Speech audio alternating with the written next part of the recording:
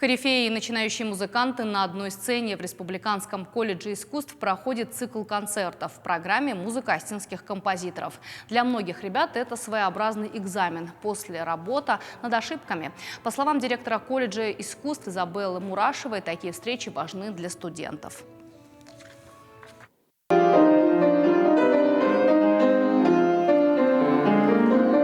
Композиторов исполняли музыку. Это Ацамаза Мукоева, меня и Сережу Багаури, который является моим студентом.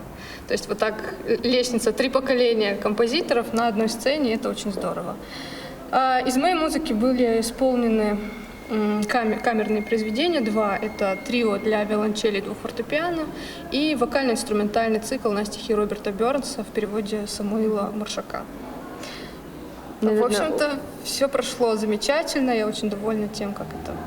Я сидела, думаю, вот мы их опять как бы сняли с занятий. Сама же себя поймала на том, что это, то, что происходит сейчас в зале, это так же важно, может быть, даже еще важнее, чем пропущенный сегодня. Потом будет восполнен урок там, я не знаю, там по истории, например, или там по английскому языку. Не хочу умалять ничьей значимости этих предметов, но вот то, что происходит сейчас в зале, это очень важно для каждого из них. Они знакомятся с музыкой сегодняшнего дня, с музыкой осетинских композиторов. Это, на мой взгляд, это очень важно. Спасибо.